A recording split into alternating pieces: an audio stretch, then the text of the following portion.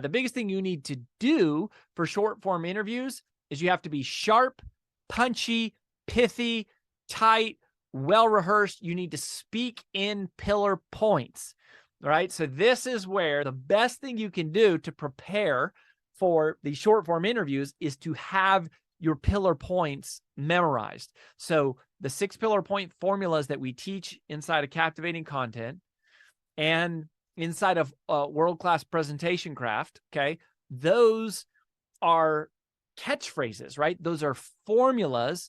Those are frameworks for speaking in catchphrases.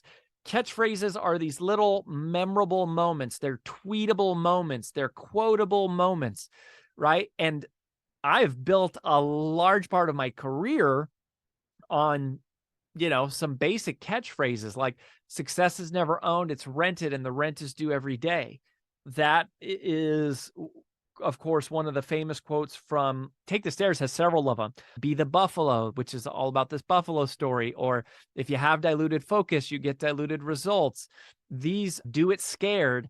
These are pillar points. They're short, pithy, tight, well codified, well rehearsed tweetables that I can just throw out there in a moment's notice and that we've built our career on. Automation is to your time what compounding interest is to your money. That's one that came from my TED Talk and my second book, right? So you want to be prepared to speak in catchphrases, in punchy lines. And so one of the other things that you need to know about short form interviews is that the audience is often paying less attention in a short form interview than on a long form interview. So for example, if somebody is watching a 45-minute or a 30-minute YouTube interview, or listening to an hour-long podcast, or they're watching a webinar, even though they might be sort of semi-distracted, they could be maybe doing something else, they wouldn't be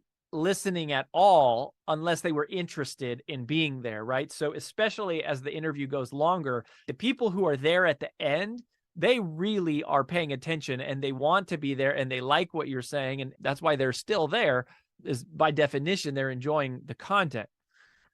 Radio is very different, because let's think about radio for a second. So if you're driving in the car, think about how you listen to the radio. Most of us listen to the radio in the car. And most of the times we're in the car, we have short trips, right? You're driving to the grocery store, or you're driving between stores, or you're going to pick up the kids, or you're grabbing the dry cleaning. We typically are driving in short stints. And when people are in the car for long stints, they tend to listen to podcasts or audiobooks or something else, because the radio station changes, right? Like as you're driving across the country, where you don't have the reception for that long. So that is important to keep in mind when you're doing radio interviews. So what that means is you can't assume that somebody who is listening now was also listening 10 minutes ago. They probably weren't, right? Most radio encounters, listening to the radio, are probably less than 10 minutes. So things like callbacks don't work. You should never do callbacks on the radio. If you need to know what a callback is, go into world-class presentation craft, go into the lesson on humor, and that's where we teach callbacks. But callbacks don't have to just be funny. Callbacks are referencing back to any point that was made earlier. You can't do that on radio interviews. You can't assume that somebody heard something that you said earlier, or that some other guest said earlier, or something that the host said or did earlier. Whereas if you contrast that with a speaking engagement, usually I'll try to get to a speaking engagement at least an hour early, just so I can see what happens right before me, just so that I can specifically find a few callbacks that I can reference when I get on stage, which will sound either funny, or if nothing else, they make it very customized and very caring. Can't do that on the radio, can't do that on the TV. So that's one thing not to do. So you want to be prepared to speak in short pillar points. You want to not use callbacks. You want to not spend much time establishing context, right? You just need to get right to it. And as part of that, the next thing you need to do is, when you're doing short form interviews, you should send in questions, or you should send in talking points in advance. Now, we do this for long form interviews too. We'll say, hey, here's some suggested questions you can use or don't have to. But if I'm on national television, I want to know exactly what questions they're going to ask before I get on the show. Why? Because you don't have time to think. You don't have time to think of something brilliant on the spot and adapt to the conversation. You need to know. It needs to be more like a script. It needs to be more like bang, bang, bang, bang. And so what'll happen is the first time I was ever on national television, so I was on Fox and Friends. That was the first national TV appearance, and it was a major one. And our PR firm actually got it, which was awesome.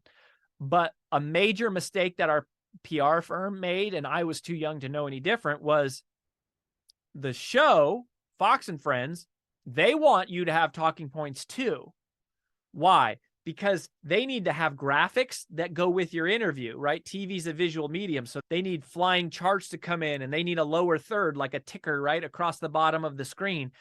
They can't be trying to create those things on the fly while you're talking. They have to know before you get there. And so they almost always on major national television are going to ask you for talking points ahead of time. Well, this very first time, because my publicist got the engagement, they asked my publicist for talking points.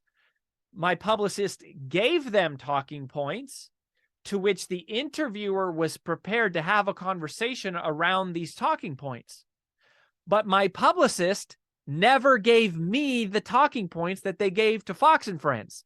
So the host, I think her name was Gretchen, she was trying to have, Gretchen and Brian, if I remember, they were trying to have a dedicated conversation based on a series of talking points that our team, we, the publicist, had provided to them, but they conveniently forgot to tell me.